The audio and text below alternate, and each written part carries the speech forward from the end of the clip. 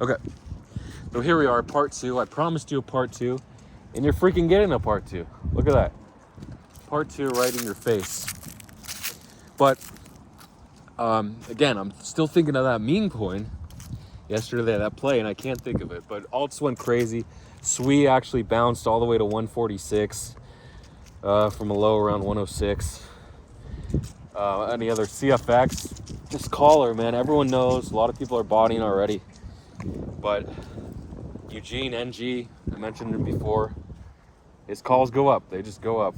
And would you rather be on the side of someone making millions of dollars or the side of random luck or a guy with like 500 followers? Come on.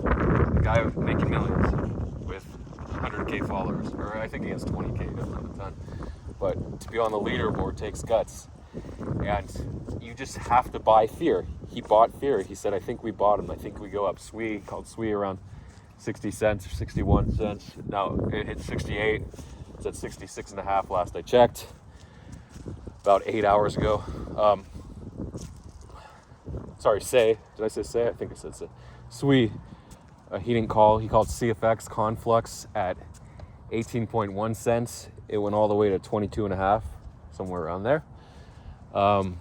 Generally, when I woke up and saw I recovered 50K or 60K of margin that I was down in the last week and a half, I recovered half. I should have sold, right? I should have closed. A sane person would have closed. ENS went all the way to 2060, so sort of halfway. The high was 27, not half, but a little less than half, and it bottomed at 15 and a half, so like 40% up, 40% of the way.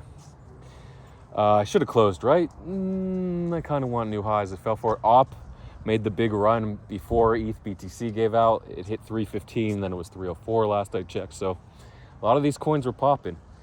And now we'll get to the biggest launch of the day. And I screwed it up like Ondo. Ondo launched fast wick, bottomed at 8 cents, went all the way to 32. When wasn't from the Jupiter team, but they promoted it as their own team. It's the first launch pad on Jupiter. It's a big project. And guess what they did? They airdropped around 1 million Solana wallets, and they added Sol liquidity, a little bit of liquidity first to Sol.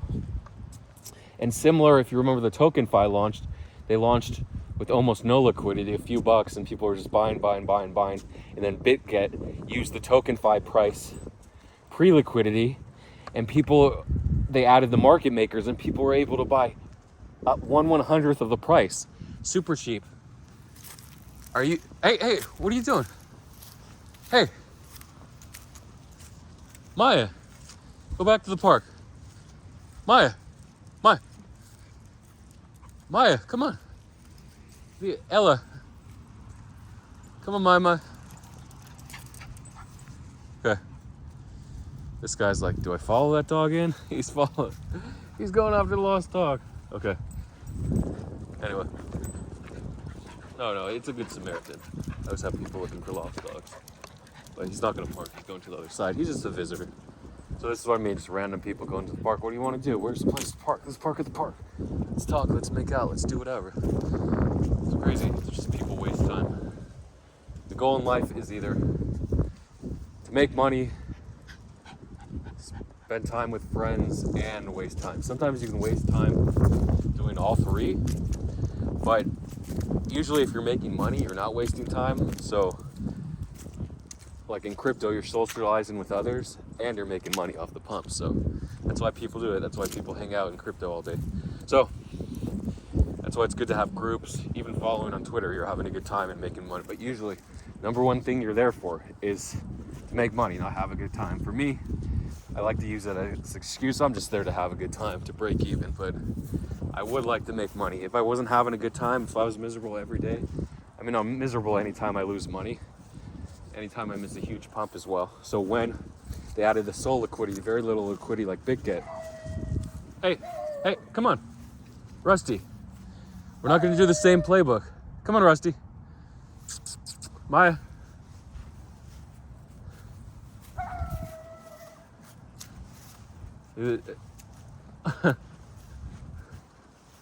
She loves to run. She was born to run. They usually have a golden that can go outside. Pretty aggressive. Well, in terms of guarding their own territory, I don't know if it's aggressive towards people. That person's still running. That's crazy. They were running 20 minutes ago. Hey, Rusty, come on. Come on, boo. Rusty. Rusty. He's nervous. That's why he's barking. Maya, come on. Like, that guy can just take him and rip that chihuahua in half if he wanted to. It's nice that it rained. There's no spikies in here. And during the summer, there's a lot of spikies. Maybe the spring too.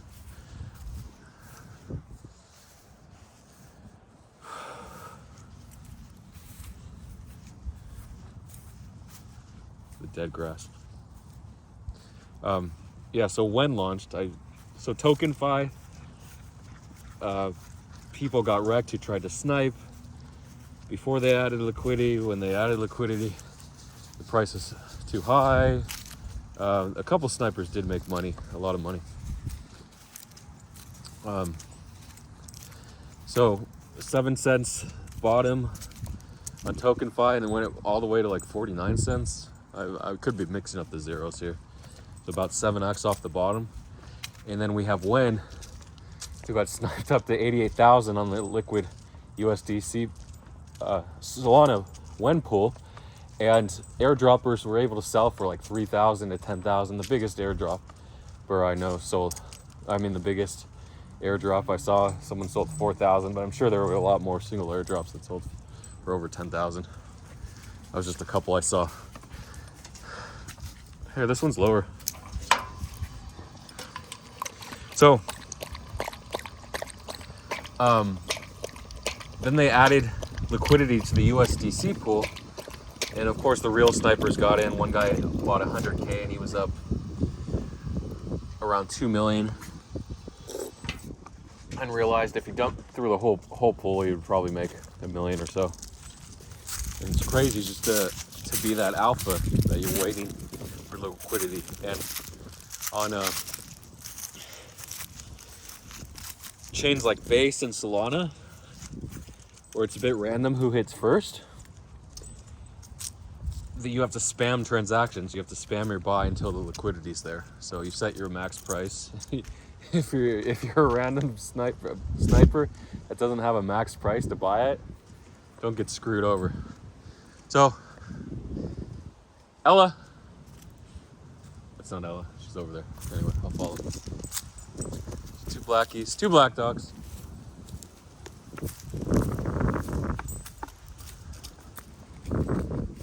Hey guys. What was I saying? Yeah, your sniper, you gotta have the cap, the price cap, based on the market cap. You're not gonna buy over this price. So you swap, say you swap 100K and you want at least 5 billion tokens. You don't want any less. So that puts your market cap around, what is that, like 5 million market cap you're buying. And now, second minute, you could have bought in after all the snipers for around 15 million market cap, just bought manually 100K or so, because I saw the candle from 15 million to 20 million on Meteora, where the liquidity was added, was, hey guys, she just loves to run. She's, if you couldn't guess her breed, I'm gonna say it now, you can leave a comment, guess her breed.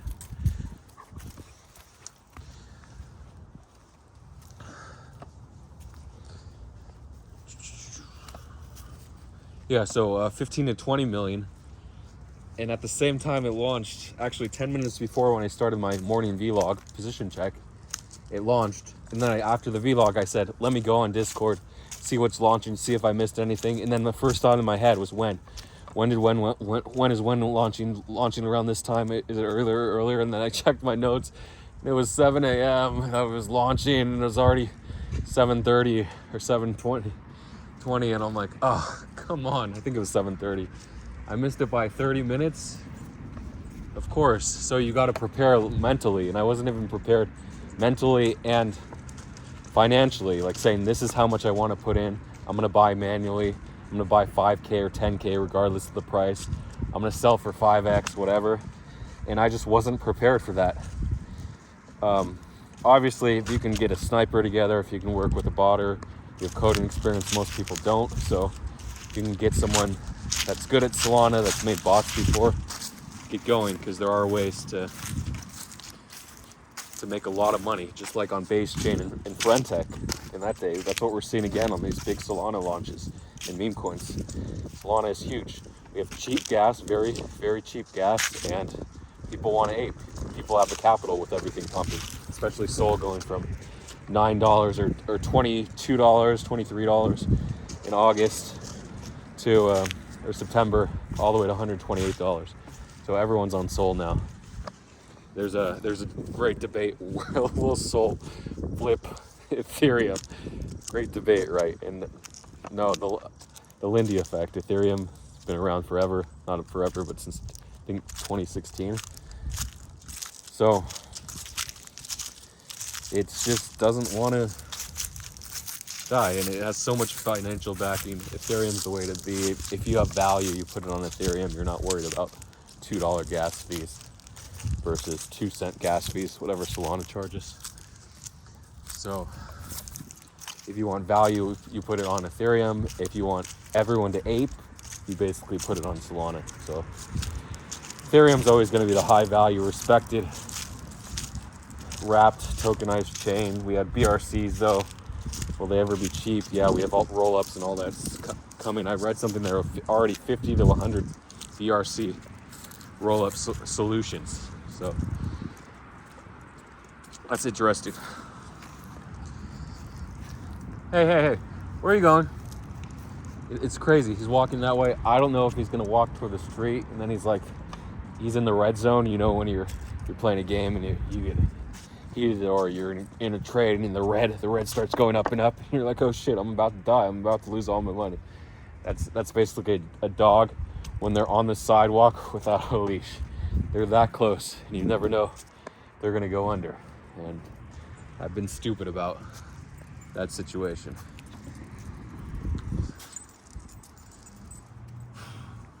Multiple times, actually. My life is being stupid and surviving. That's my life. A lot of people are like that. A lot of people are like me. You just be smart enough to survive. Just smart enough, and the rest is stupid. So when actually got up to 150 million market cap, I just didn't want to buy people's bags at 50 million. I could have wrote it 3x. Not really 3x, it went 3x on a wick, maybe like 2.6 or 7x. I could have put 50K in.